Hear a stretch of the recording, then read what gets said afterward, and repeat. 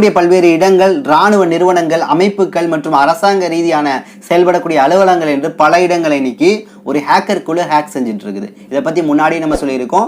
அது இன்னைக்கும் தீவிரமாக செயல்படுது.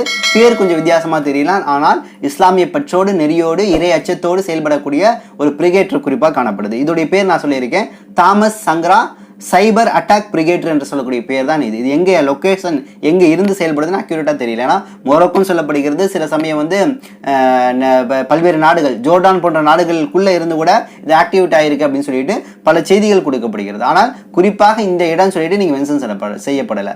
ஸோ அப்படிப்பட்ட ஒரு ஹேக்கர் குழு தான் இந்த தாமஸ் சங்ரா சைபர் பிரிகேட்டர் என்று சொல்லக்கூடிய குழு.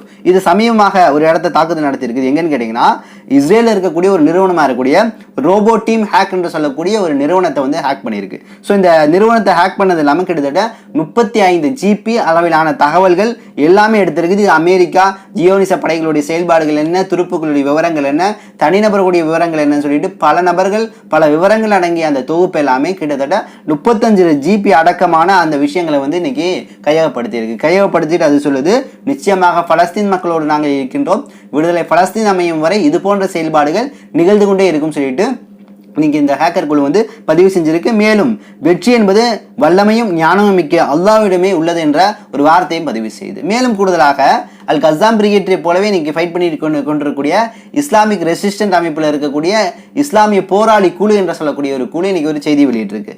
என்ன செய்தின்னு கேட்டிங்கன்னா, அது அழுத்தம் திருத்தமாக சொல்லுது, இஸ்ரேலுடைய படையினால் இதுவரையும் வெற்றி என்பது சுவைக்கப்படலை. கோட்டைகளை உங்களால் கட்ட முடியுமா, அல்லது எங்களின் நிலத்தில் ஒரு கணம் பாதுகாப்பாக உங்களால் வாழ முடியுமா? நாங்கள் உங்களுக்கு பதிலடி கொடுத்து கொண்டே இருப்போம், ஆனால் எங்கள் பதில் நீங்கள் பார்த்திடாத வண்ணம் அதிகமாக இருந்து கொண்டே இருக்கும்.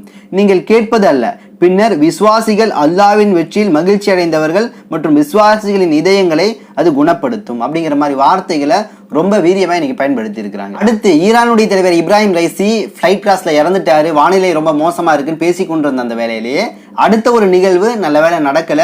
இறைவன் பாதுகாப்பால அந்த தலைவர் என்பவர் இன்னைக்கு வந்து சேஃபா லேண்டிங் ஆயிட்டார்.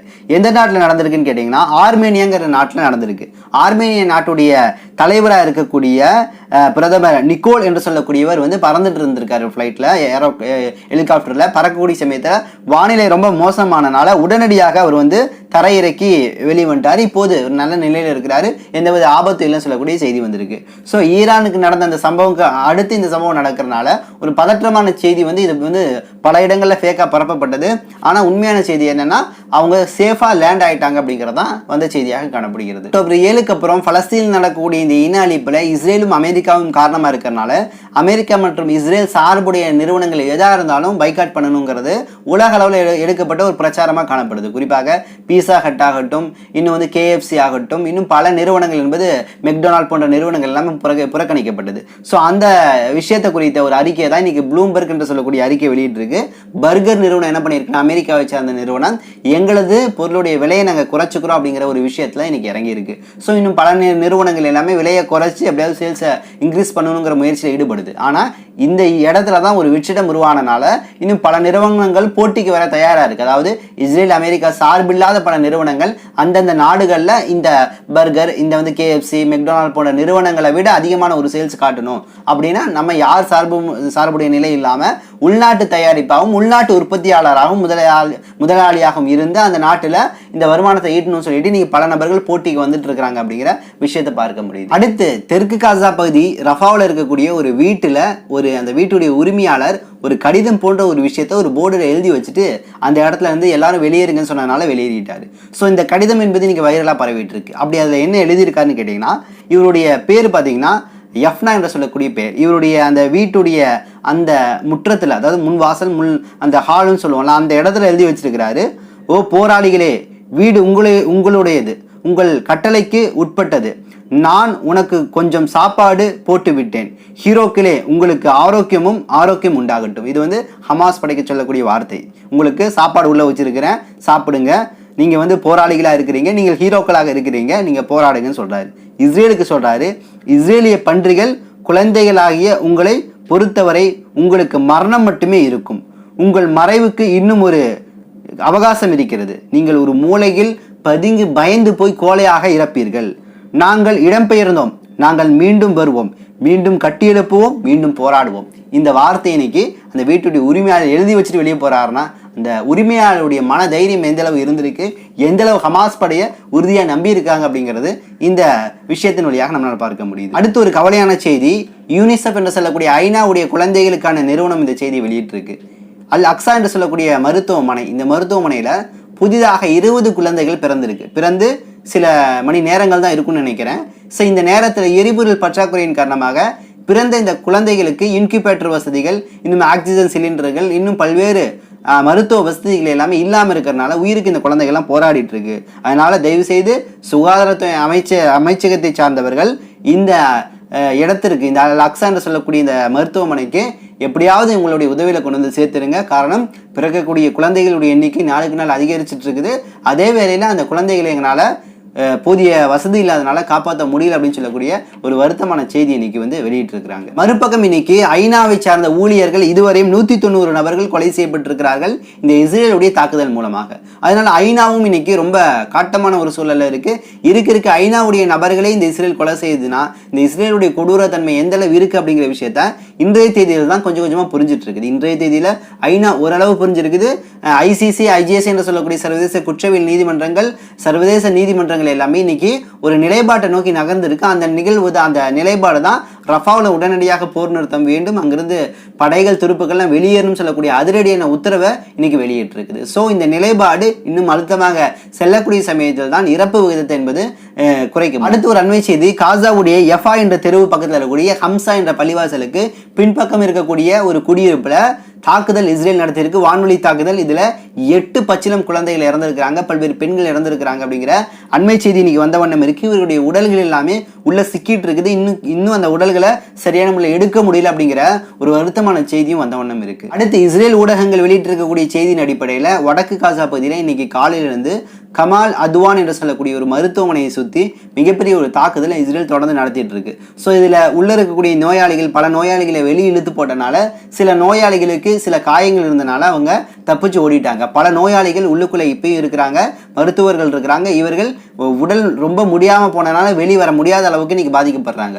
ஒருவேளை இந்த இடத்துல மிகப்பெரிய அளவில் தாக்குதல் நடத்தி அந்த கமால் அத்வான் மருத்துவமனையை எரிக்கக்கூடிய ஒரு சூழலை நோக்கி இஸ்ரேல் போயிருவோம் அப்படின்னு சொல்லக்கூடிய ஒரு பயம் அந்த மக்கள் மத்தியில் இருக்கிறனால அந்த கமால் அத்வான் மருத்துவமனையிலிருந்து கொடூரமான சத்தங்களும், கொடூரமான கூச்சல்களும், கொடூரமான அழுகை சத்தங்களும் கேட்டுக்கொண்டே இருக்குன்னு சொல்லிட்டு சுற்றி இருக்கக்கூடிய பல்வேறு இடத்தை சார்ந்தவர்கள் மற்றும் ஊடகங்களே இன்னைக்கு தகவல் கொடுத்துட்டு இருக்கு. ஸோ இந்த அளவு இன்னைக்கு மூர்க்கத்தனமாக இஸ்ரேலுடைய படை ஒவ்வொரு மருத்துவமனையை நோக்கி நகர்ந்துட்டு இருக்கு. ஏன்னா சுத்தி மருத்துவமனைகள், பொது இடங்கள், வழிபாட்டு தலங்கள் என்று இன்னைக்கு அந்த நகரை முற்றுமுதுமாக அழிக்கக்கூடிய வேலை தான் செய்து தவிர நேரடியாக ஹமாஸ் படையோட போரிட்டு வெற்றி பெறுவதற்கான ஒரு வேலையை கூட செய்யல. ஸோ இந்த அடிப்படையிலேயே இவர்கள் போர் என்ற விஷயத்துல தோத்துட்டாங்க அப்படிங்கிற ஒரு நிலைப்பாடை தான் நம்மளால பார்க்க முடியுது. அடுத்து காசாமனை சார்ந்த டாக்டர் ஈஸ் என்று சொல்லக்கூடியவர் ஒட்டுமொத்தமாக தனது குடும்பத்தை இழந்த சூழல்ல கூட இன்னைக்கு தொடர்ந்து காசா மக்களுக்கு மருத்துவம் கொடுத்துட்டு இருக்கிறார் அப்படிங்கிற செய்தி வருது. ஸோ இந்த நிலையில ஒரு பத்திரிகையாளராக இருக்கட்டும், ஒரு டாக்டராக ஆகட்டும்,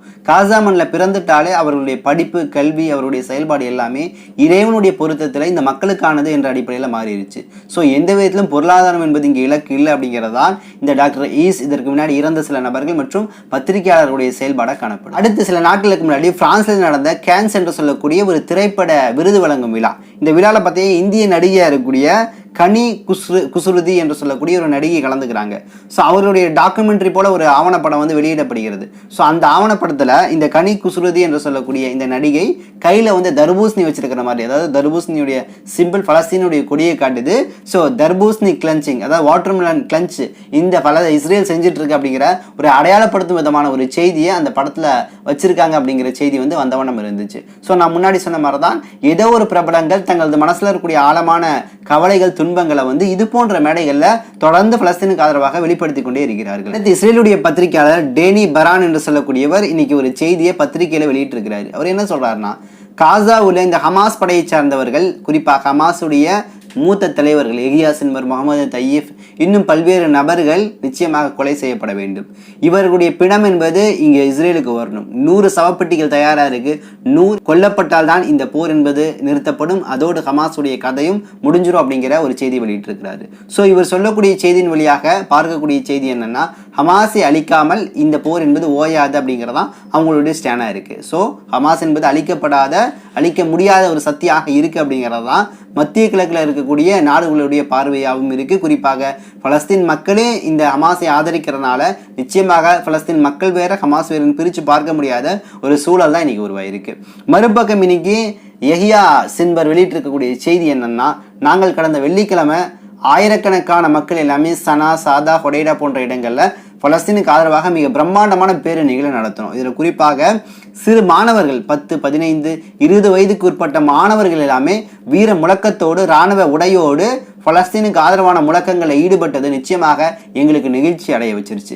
எங்களுடைய வருங்கால சந்ததிகளாக இருக்கக்கூடிய இந்த சிறுவர்கள் நாளைக்கு கூட இடைவிடாமல் இந்த போரை செய்ய வழிநடத்த ஒரு சூழலை உருவாக்கி அதற்கு தயாரான நிலையில் இருக்காங்க அப்படிங்கிறது எங்களுக்கு மகிழ்ச்சி ரொம்ப அளிக்குது அப்படின்னு சொல்லிட்டு யஹியா சின்வர் இன்னும் ஹூதிகளுடைய தலைவர்கள் எல்லாமே இந்த விஷயத்தை குறித்து பேசியிருக்காங்க. அடுத்த சில செய்திகள், தலிபான்கள் ரஷ்யாவோடு நல்ல உறவுல இருக்கோம், இன்னும் மேம்பட்ட உறவை நாங்கள் பேணிட்டு இருக்கிறோம், இன்னும் ஆயுதம் சார்ந்த நடவடிக்கை எடுப்போம் சொல்லக்கூடிய ஒரு உத்தரவாதத்தை கொடுத்திருக்காங்க. அடுத்து சேச்சனிய ஆர்மி என்று சொல்லக்கூடிய ஆர்மி, இந்த ஆர்மியுடைய தலைவர் யாருன்னு கேட்டீங்கன்னா ரம்ஜான்.